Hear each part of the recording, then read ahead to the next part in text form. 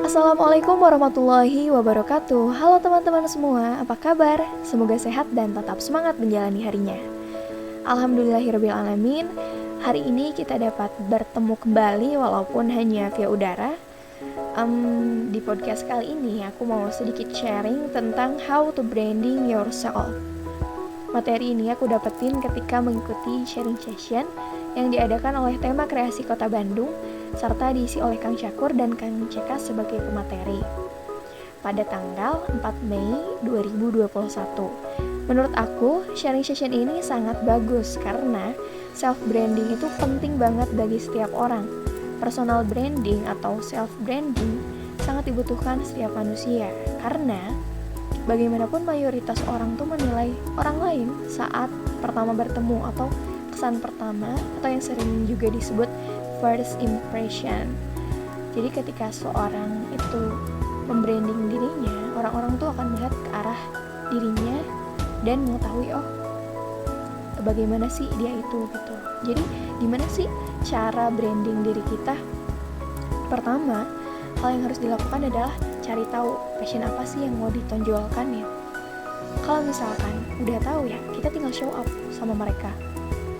Misalkan, kalau kita mau branding diri kita sebagai penyanyi, hal yang harus kita lakukan ya cover-cover lagu, sharing di sosial media, kayak di Instagram, YouTube. Jadi biar orang tuh tahu kalau misalkan kita tuh adalah penyanyi.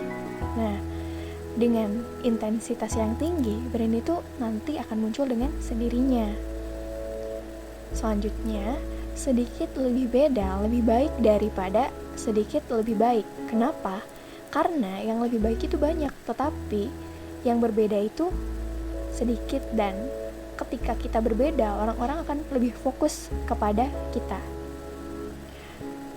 Sedikit lebih beda lebih baik daripada sedikit lebih baik. Jadi,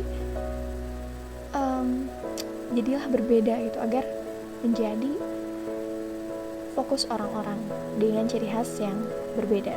Jadi misalkan ketika menjadi penyanyi, kalau misalkan punya suara yang berbeda, unik, orang-orang pasti akan lebih fokus sama kita gitu, karena keunikan yang kita miliki. Lalu ada satu tips kalau misalkan pengen berhasil, salah satunya itu adalah fokus. Kenapa sih harus fokus gitu? Harus fokus pada satu titik yang kita tuju gitu. Misalkan kalau kita fokus kita ke A ya, kita harus ke A gitu tujuannya.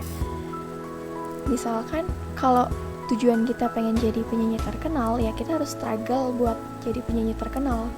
Kita harus melalui step-step itu gitu, dengan titik istilahnya gitu ya, dengan titik daerah penghabisan gitu. Kita harus struggle, harus berjuang, fokus sama titik yang kita tuju, sama goals yang kita tuju sampai kita dapetin itu.